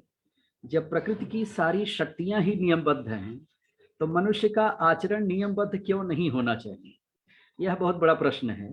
वैदिक साहित्य में पृथ्वी के बाद पर्यावरण के अगले घटक तत्व के रूप में जल का निरूपण किया गया है। हम सब जानते हैं कि जल वर्षा है, वर्षा से अन्न है, अन्न से प्राणी हैं, जिससे उनका पोषण होता है। जल से ही वनस्पतियां और औषधियां हैं। जीवन जगत के सभी प्रपंच जल तरंग से जुड़े हैं। जल सुखी और समृद्ध जीवन का आधार है। वर्तमान समय में जल संकट और जल प्रदूषण दोनों ही चिंता का कारण है। वेदों ने पर्यावरण के अगले घटक तत्व के रूप में वायु की प्रतिष्ठा की। वायु से ही आयु है। वायु प्रत्येक प्राणी का प्राण है, लेकिन देवों का भी प्राण वायु ही है। वहां कहा गया कि आत्मा देवा नाम। यह हमारे लिए बेहद चिंतनीय विषय है कि हम वैदिक संस्कृति के उत्तराधिकारी होने के बावजूद पश्चिमी सभ्यता के प्रभाव में देव स्वरूप वायु को भी प्रदूषित कर रहे हैं। आज ध्वनि प्रदूषण से मनुष्य तनावग्रस्त हो रहा है। इसी तरह वैदिक साहित्य में सूर्य, अग्नि एवं ताप, जो ऊष्मा एवं ऊर्जा के कारक हैं, के महत्व का भी रेखांकन किया गया है। यह हमारे लिए गौरव का विषय है कि वैदिक साहित्य में पर्यावरण संरक्षण के सारे सूत्र विद्यमान हैं। हम वैदिक परंपरा और संस्कृति के साथ नए विज्ञान का समायोजन करते हुए विश्व, मनुष्यता और धरती को बचा सकते हैं। समूचे विश्व के पर्यावरण को संतुलित कर सकते हैं। संपूर्ण मानव जाति को प्रकृति के साथ संतुलन की अवस्था में रहने की शिक्षा दे सकते हैं। साथ ही विश्व की लुप्त प्राय प्रजातियों को नवजीवन प्रदान कर सकते हैं, उन्हें बचा सकते हैं। हमारे कवियों ने और साहित्यकारों ने सदैव प्रकृति एवं पर्यावरण के प्रति अपनी व्यापक और संलग्न दृष्टि का परिचय दिया है। भारतीय विश्व दृष्टि में प्रकृति और मनुष्य में, व्यष्टि और समष्टि में भेद नहीं किया जाता। हम मानते हैं कि बाहर जो सूर्य का प्रकाश है, वही भीतर ज्ञान का प्रकाश है। बाहर जो अंधकार है, वही भीतरी भय है। इसी तरह तृण और विरुद्ध में जो ऊपर उठने तथा लहलहाने की प्रक्रिया है, वह हमारी आंतरिक उमंग है। हमने मनुष्य देवता, प्रकृति पुरुष में स्वामी के बजाय सहकार भाव देखा है। इसलिए वे परस्पर एक दूसरे को प्रेरित, प्रकाशित और संपन्न करते हैं। फलतः वे युग्म परस्पर अपेक्षी हो जाते हैं। उनकी सहकारिता, सह स्थिति, अंतरावलंबन सामूहिक उत्थान में सुपरिणत हो जाती है। इस तरह पारस्परिक सामंजस्य और सहयोगपूर्ण अस्तित्व के जरिए परम सामंजस्य तथा पूर्णता तक पहुंचना ही भारतीय चिंताधारा का केंद्रीय वैशिष्ट्य है। गोस्वामी तुलसीदास ने तो राम को भूपाल चूड़ामणि में कहा, क्योंकि वह भूमिका पालन करने वालों में शिखर पर उन्हें रखा है। ऐसे नरेश ही धरती और मनुष्यता का उन्मेष करते सकते हैं, जो भूमिका पालन कर रहे हैं। आज हम देख रहे हैं कि भूमि का दोहन किया जा रहा है, पर्यावरण का दोहन किया जा रहा है। और तुलसी ने रामराज में पर्यावरण को बेहद संतुलित बताया है। वस्तुतः मानव में प्रकृति प्रेम का उन्मेष ही उसके उत्कर्ष का आधार होता है। वह व्यक्ति न केवल सांसारिक भोगों एवं प्राकृतिक वैभव के प्रति विवेकशील बुद्धि से काम लेता है, अपितु उनके उपयोग, उपभोग तथा प्राकृतिक संसाधनों के दोहन में भी औचित्य का आश्रय लेता है। हमारा संपूर्ण भक्ति काल इस संतुलन को साधने वाला साहित्य है। अभी आदरणीय तिवारी जी ने बहुत बड़ी बात कही कि भक्ति काल में जो हमारे आलोचकों ने सगुण और निर्गुण का विभाजन किया है, वह तात्विक दृष्टि से हो सकता है ठीक हो, लेकिन वह संपूर्ण उसकी अंतर्भाव को, उसकी अंतरात्मा को, उसके संपूर्ण चरित्र को रेखांकित नहीं कर पाता। मैंने भी अपनी पुस्तक मध्यकालीन कविता का पुनर्पाठ में इसी तत्व को रेखांकित किया है कि संपूर्ण भक्ति काव्य जो है एक इकाई है। आप देखेंगे कबीर बहुत स्थानों पर तुलसी से ज्यादा सगुण नजर आते हैं और तुलसीदास बहुत सारे स्थानों पर कबीर से भी ज्यादा निर्गुण नजर आते हैं। जो कवि हर प्रकार के भेदभाव का अतिक्रमण कर रहे थे, हर प्रकार के भेदभाव की दीवार को तोड़ रहे थे, अगर हम उन्हीं कवियों के मूल्यांकन के लिए भी भेदभाव की दीवार खड़ी करते हैं तो कहीं न कहीं यह उन कवियों के साथ अन्याय है। इसलिए बहुत व्यापक सरोकारों के साथ इस संपूर्ण भक्ति आंदोलन को देखने की जरूरत है। अभी आदरणीय तिवारी जी ने बहुत महत्वपूर्ण बात कही कि इन कवियों के भजनों से हम सबके दिन की शुरुआत होती है। यह बहुत बड़ी बात है कि नाद सौंदर्य से कविता की उम्र बढ़ती है। आचार्य रामचंद्र शुक्ल ने कहा था, कबीर, सूर, तुलसी, मीरा, ये सारे के सारे कवि आज कर्नाटक संगीत तक पहुंच गए हैं। लता मंगेशकर की आवाज में, बड़े गायकों की आवाज में पूरे विश्व में हर जगह सुने जा रहे हैं। लेकिन आज के हमारे कवि को कोई नहीं पढ़ता, क्योंकि वह इस नाद सौंदर्य से, कविता के उसके स्वाभाविक तत्व से, कविता के जो प्रकृति रूप है उससे अपने आप को अलग करके उसको जड़बद्ध करता गया है, जटिल बनाता गया है। मित्रों, भक्ति काव्य हमारे काव्य साहित्य के इतिहास में एक श्रेष्ठतम काव्यात्मक उपलब्धि है और हमें श्रेणीकरण के से बाहर आकर के उसका मूल्यांकन करने की जरूरत है, क्योंकि वह स्वयं जो है अनेक प्रकार की शास्त्रीय रूढ़ियों, सामाजिक वर्जनाओं, धार्मिक संकीर्णताओं के विरुद्ध लोक चेतना का उन्मेष है। यह कविता और काव्य शास्त्र दोनों की सबसे बड़ी प्रयोगशाला है। काव्य अपने समस्त भाव वैभव और शास्त्र संपन्नता के साथ भक्ति काव्य में ही दिखाई पड़ता है। भक्ति कवियों में अभी जिनकी चर्चा आई, संत कवि जाम्भो जी ऐसे विलक्षण प्रतिभा के धनी कवि हैं जो अपने प्रकृति और पर्यावरण प्रेम के कारण ही संपूर्ण भक्ति काल में एक अनूठे स्थान के अधिकारी बन जाते हैं। प्रकृति और पर्यावरण के प्रति उनकी चिंता उन्हें आधुनिक और राष्ट्र प्रेमी बनाती है। उनकी चिंता व्यापक मनुष्यता तथा चराचर जगत के कल्याण की चिंता है। आचार्य रामचंद्र शुक्ल ने प्रकृति प्रेम और देश प्रेम को अभिन्न ठहराया है। उन्होंने एक बहुत बड़ी बात कही। उन्होंने कहा कि यदि किसी व्यक्ति को अपने देश से प्रेम है तो उसे अपने देश के मनुष्य, पशु पक्षी, लता गुल्म, पेड़ पत्ते, वन पर्वत, नदी निर्झर सबसे प्रेम होगा। सबको वह चाह भरी दृष्टि से देखेगा। सबकी सुध करके वह विदेश में आंसू बहाएगा। इस आधार पर संत जाम्भो जी प्रकृति प्रेमी के साथ साथ महान देश प्रेमी भी ठहरते हैं। इनके काव्य में प्रकृति के प्रति रागात्मक लगाव के साथ साथ उसके संरक्षण संवर्धन की व्यापक चिंता है। उन्होंने धर्म तथा पंथ का संबंध पर्यावरण संरक्षण से जोड़ते हुए कहा कि जीवों की रक्षा करो, उनके ऊपर दया करो, हमारे खेतों तथा नदियों के किनारे पेड़ पौधे लगाओ। ऐसा करने से मनुष्य प्राकृतिक आपदाओं से सुरक्षित रहता है। एक पर्यावरणविद की भांति जाम्भो जी ने प्राणियों, वृक्षों, वनस्पतियों और वन संपदा के बीच एक अटूट पोषक श्रृंखला प्रतिपादित की। इनका स्पष्ट अभिमत था कि इस धरती के समस्त जीव अपने भोजन के लिए किसी न किसी रूप में वन और जंगल पर ही निर्भर हैं। अतः वन संपदा को बचाने के लिए हमें एकजुट होकर प्रयासरत रहना चाहिए। इन्होंने वायुमंडल की शुद्धता के लिए शबद वाणी में नित्य हवन का आदर्श रखा। ये भली भांति जानते थे कि वन्य जीवों की हत्या जो है वह बहुत बड़ा संकट है, क्योंकि हर जीव दूसरे जीव का आहार भी है और प्राकृतिक और पर्यावरणीय संतुलन का एक बहुत बड़ा आधार भी है, इसलिए वह उसका विरोध करते हैं। इन्होंने कबीर की से भी ज्यादा आक्रामक स्वर में वन्य जीवों की हत्या और हिंसा का विरोध करते हुए कहा कि पहले अपने पुत्र पौत्र को मारो, फिर जाकर जीव हत्या करो। यह पहले भक्ति कवि हैं जो सांसारिक जीवों की परस्पर पूरकता को, उनकी परस्पर निर्भरता को रेखांकित करते हैं। इनका मानना था कि ईश्वर हर जीव को देख रहा है, वह उसके हर कर्म का लेखा जोखा रखता है, अतः उसका हत्यारा भी ईश्वर की दृष्टि से बच नहीं सकता। जाम्बो का कहना था कि हरे भरे वृक्ष न काटने पर 8 सिद्धियां तथा 9 निधियां द्वार पर उपस्थित रहती हैं। इन्होंने पशु हिंसा का विरोध करते हुए काजी मुल्ला को जमकर फटकार लगाई।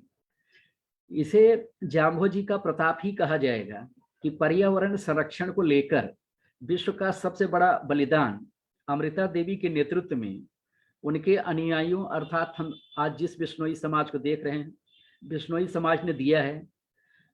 मुझे भी जोधपुर प्रवास के दौरान वृक्षों, वनस्पतियों और पर्यावरण की रक्षा हेतु विश्व इतिहास के इस सबसे बड़े बलिदान स्थल खिजड़ली देखने का सुअवसर मिला।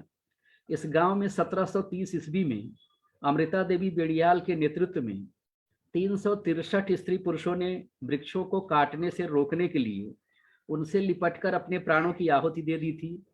ध्यातव्य है कि जब अभय सिंह अपने पिता अजीत सिंह की हत्या करके जोधपुर के राजा बने तो उन्होंने अपने सेनापति गिरधर भंडारी के बहकावे में आकर खिजड़ली गांव से वृक्ष काटने के लिए कुल्हाड़ी जैसे औजारों के साथ अपने कारिंदों को भेजा।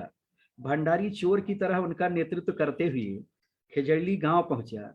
इस बात की सूचना मिलते ही बिश्नोई समाज के स्त्री पुरुष वृक्षों से लिपट गए और वृक्षों पर कुल्हाड़ी पड़ने के पहले अपना सिर आगे कर देते थे। यह 1730 ईस्वी के भादो महीने के शुक्ल पक्ष की 10वीं तिथि थी। इस दुर्भाग्यपूर्ण घटना में बिश्नोई समाज के 363 स्त्री पुरुष अपने प्राणों का उत्सर्ग कर देते हैं, लेकिन वृक्षों को नहीं कटने देते। इसके बाद जब राजा अभय सिंह को इसकी सूचना मिली तो वह स्वयं आते हैं और ताम्रपत्र पर लिखकर वचन देते हैं कि वह बिश्नोई लोगों के इलाके में कभी वृक्ष नहीं कटवाएंगे। हमें विश्व इतिहास के इस सबसे बड़े बलिदान को प्रचारित प्रसारित करने की आवश्यकता है। मैं उस कांकड़ी गांव भी गया जिसके बारे में बताया जाता है कि अभिनेता सलमान खान ने यहीं पर काले हिरण का शिकार किया था। आखिर बिश्नोई समाज ने उन्हें भी इसका समुचित दंड दिलवाया है। आज हमें ऐसे समाज की, ऐसे लोगों की ही जरूरत है। पर्यावरण के प्रति बिश्नोई समाज को यह उत्सर्ग भाव महान संत जाम्बो के उपदेशों से ही मिला है। मुझे जाम्बो के मंदिर में उनके आध्यात्मिक दर्शन का सौभाग्य भी प्राप्त हुआ। मैं उनके जन्म स्थान नागौर और उनके समाधि स्थल पर भी गया हूँ। संत जाम्बो ने जिस तरह जल, जंगल, जमीन और प्रकृति के संरक्षण संवर्धन का उपदेश दिया है वह उन्हें मध्यकालीन कवियों में परम आधुनिक बनाता है। उनका समूचा काव्य रीतिकाल का प्रति संतुलन है। उसमें जिस संलग्नता के साथ वैश्विक पर्यावरण की चिंता प्रकट की गई है वह वैचारिक आग्रह से मुक्त होकर वर्तमान समय की प्रासंगिकता के अनुरूप नए मूल्यांकन की मांग करता है। यदि हम वैदिक काल से लेकर संत जाम्बो तथा आधुनिक कवियों तक के विचारों का सम्यक प्रचार करें तो पर्यावरण के वैश्विक समस्याओं का निदान पा सकते हैं। इस दृष्टि से भारतीय पर्यावरणीय दृष्टि जो है और जो गुरु जाम्बो का चिंतन है वह संपूर्ण मनुष्यता के लिए दिशा दर्शक हो सकता है। आज भी ये हमारा सौभाग्य है कि हमारे पास परम आदरणीय डॉक्टर कपिल तिवारी जी जैसे चिंतक हैं, जैसे विचारक हैं, जैसे पर्यावरणविद हैं, जो भारतीय ज्ञान मीमांसा को, भारतीय ज्ञान परंपरा को, उसकी मूल आत्मा को पकड़ करके पुरस्कृत कर रहे हैं। मित्रों, यह हम सबके अब जागने का समय आ गया है। अगर हम इस धरती को बचाना चाहते हैं, मनुष्यता को बचाना चाहते हैं, तो हमें प्रकृति और पर्यावरण के संरक्षण के लिए अब तत्पर होना होगा। बिश्नोई समाज ने केवल हमारे विश्वविद्यालय में, मुंबई विश्वविद्यालय में कार्यक्रम ही नहीं करवाया, बल्कि इन लोगों ने हमारे साथ मिल करके यहाँ भी खिजड़ली के वृक्ष लगवाए जो अब बड़े हो गए हैं। तो यही एक ऐसा समाज है जो कथनी में विश्वास नहीं करता, करनी में विश्वास करता है। मित्रों, कबीर के शब्दों में मैं अपनी बात कह करके विराम देना चाहूंगा। कबीर ने कहा था कि कर बहिया बल आपनी, छाणी पराई आस, जाके आंगन है नदी, सो कत मरत पियास। मित्रों, हमें अपनी बाहुबल पर पर्यावरण संरक्षण के लिए, प्रकृति के लिए कदम उठाने की जरूरत है। हमें उसे क्रियान्वित करने की जरूरत है। जिसके आंगन में नदी बह रही है वह बोतल का पानी खरीद करके पी रहा है। इससे ज्यादा त्रासद स्थिति हम भारतीयों के लिए क्या हो सकती है कि जिस देश के पास पूरे विश्व में सबसे ज्यादा नदियां हैं, सबसे प्राचीनतम नदियां हैं, वह देश जो है पानी पीने के लिए अपने लिए व्यवस्था नहीं कर पा रहा है। तो इस संकट से निजात पाने का यही तरीका है कि हम वापस पर्यावरण की ओर, प्रकृति की ओर लौटें, अपने उन महान मूल्यों को पुनः प्रचारित करें जिनके आधार पर यह सृष्टि, यह प्रकृति, यह जीवन, यह चराचर जगत लगातार आगे बढ़ रहा है। आगे बढ़ने के लिए जरूरी है कि हम अपनी जड़ों को, प्रकृति के उन तमाम रूपों को संरक्षित रखें, सुरक्षित रखें। मैं आप सब ने हमें जिसे कहे कि दो शब्द कहने का सुअवसर प्रदान किया, और यह हमारा परम सौभाग्य है कि पद्मश्री आदरणीय कपिल तिवारी जी को सुनने का जो सुअवसर मिला है। यह निश्चित रूप से इतना बड़ा अवसर है, इनको सुन करके जिसे कहे कि एक प्रकार से व्यक्तित्वांतरण हो जाता है, ट्रांसफॉर्मेशन ऑफ पर्सनालिटी जिसे कहते हैं, कि जो व्यक्ति इनको सुनेगा उसके व्यक्तित्व में एक नई चेतना का उन्मेष हो जाएगा। और ऐसे व्यक्तित्व को, ऐसे ऋषितुल्य व्यक्ति को सुनना अपने आप में बहुत बड़ी बात है। मित्रों, मैं इसी के साथ अपनी वाणी को विराम देता हूं। धन्यवाद। जय हिंद, जय हिंदी, जय जाम्भो जी। बहुत बहुत धन्यवाद गुरुवर। आपने अपना अमूल्य समय निकाल करके जामवाणी साहित्य अकादमी के मंच पर पधारे। आपका तो स्नेह सदा से ही अकादमी के प्रति रहा है, और आज भी आपने स्नेहपूर्ण और एक संरक्षक के रूप में आकर के यहाँ पर अध्यक्षीय उद्बोधन दिया। गुरुवर प्रोफेसर डॉक्टर करुणाशंकर जी, आपका बहुत बहुत धन्यवाद। अब जैसा कि पद्मश्री ऋषिवर डॉक्टर कपिल तिवारी जी ने कहा है कि 2 बार मुझे जामवाणी साहित्य अकादमी के मंच पर उपस्थित होकर के बिश्नोई समाज से संवाद करने का अवसर मिला है, और तीसरी बार मैं इनके बीच में उपस्थित होना चाहता हूं। तो बहुत ही उत्सुकता से, और बिश्नोई समाज आपका स्वागत करेगा। आप मुकाम पधारें, और मुकाम के पास ही वो विशाल टीला है जिस पर गुरु जाम्बो जी महाराज ने बैठ करके 51 वर्ष तक ज्ञानोपदेश दिया था। और डॉक्टर तिवारी जी उस टीले पर खड़े होकर के किलोमीटरों तक, दूर दूर तक ऐसा नैसर्गिक वातावरण आपको दिखाई देगा। जैसा कि गुरुवर करुणाशंकर जी ने कहा है कि मैंने तो साक्षात दर्शन किया है, अनुभव किया है, उन क्षेत्रों में भ्रमण किया है। तो बिश्नोई समाज पद्मश्री डॉक्टर कपिल तिवारी जी को भी आमंत्रित करता है कि वो गुरु जाम्बो जी के जन्म स्थान, उनके समाधि स्थल और उनके उपदेश स्थल पर पधार करके और उस नैसर्गिक वातावरण का आनंद लें, आध्यात्मिक वातावरण का आनंद लें। और जैसा कि आपने कहा है कि बिश्नोई एक सच्ची आध्यात्मिकता में जी रहा है, तो कृपा करके आप भी उस आध्यात्मिकता के लिए, उसका अनुभव करने के लिए, अनुभूति करने के लिए कृपा आप पधारें। तो आप के पधारने से हम सब धन्य होंगे। आपको हम आमंत्रित करते हैं। और अब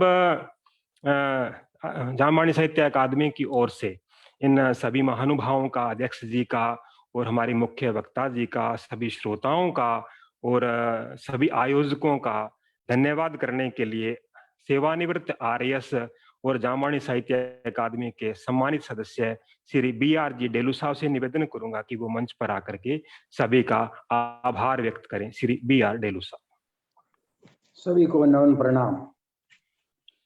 जामवाणी साहित्य अकादमी द्वारा आयोजित जामवाणी साहित्य संवाद श्रृंखला 48 विषयक प्रकृति, जीवन और विश्नोई परंपरा की आज इस संगोष्ठी में माननीय पद्मश्री डॉक्टर कपिल तिवारी जी, जो विख्यात चिंतक एवं लेखक हैं तथा आध्यात्मिक चिंतन के अग्रणी हैं, आपने आज इस संगोष्ठी में वेबिनार में पधार कर हमें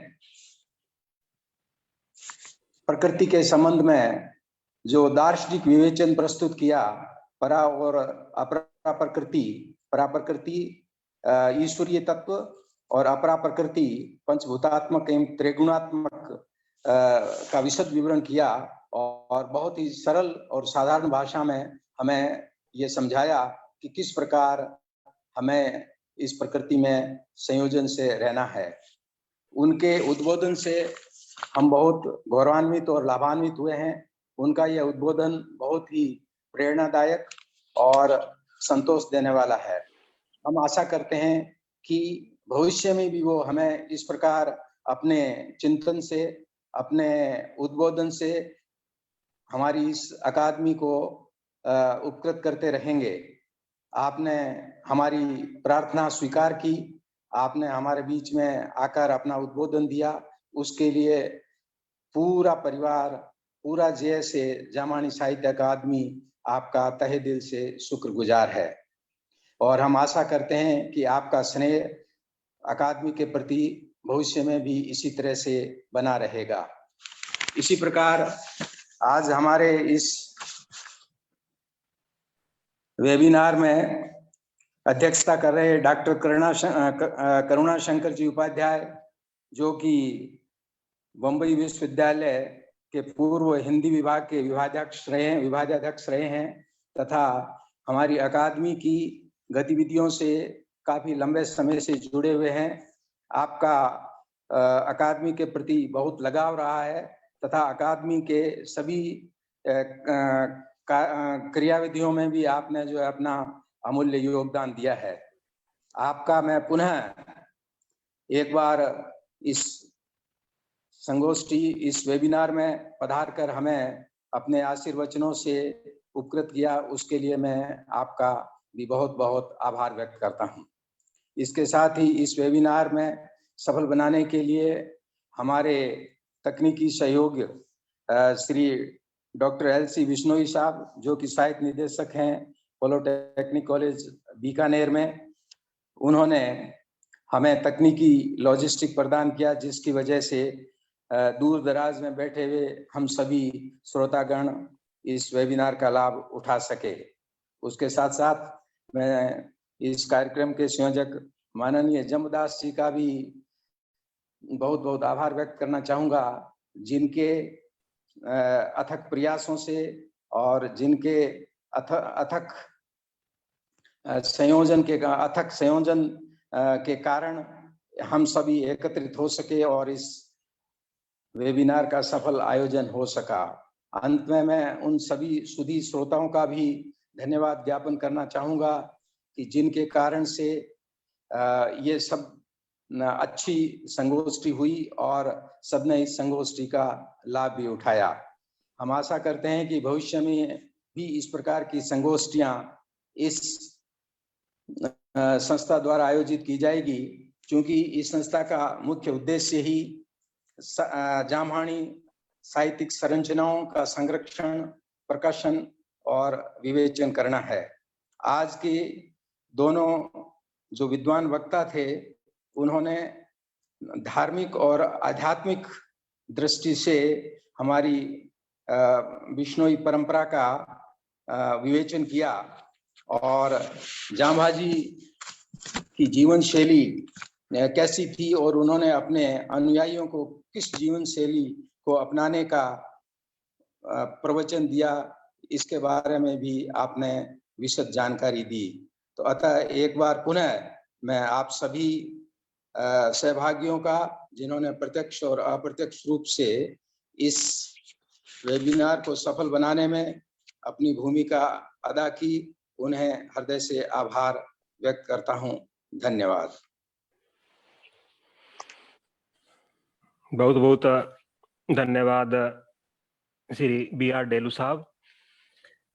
आज के मुख्य वक्ता ऋषिवर पद्मश्री डॉक्टर कपिल तिवारी जी, आज के कार्यक्रम के अध्यक्ष प्रोफेसर डॉक्टर करुणा शंकर उपाध्याय जी, धन्यवाद ज्ञापक श्री BR डेलू साहब और तकनीकी प्रबंधक डॉक्टर लालचंद जी बिश्नोई, सभी सुधी दर्शक श्रोता, जामवाणी साहित्य अकादमी के अध्यक्ष आचार्य कृष्णानंद जी, महासचिव डॉक्टर सुरेंद्र जी और सभी पदाधिकारी और आयोजक, सभी का बहुत बहुत धन्यवाद।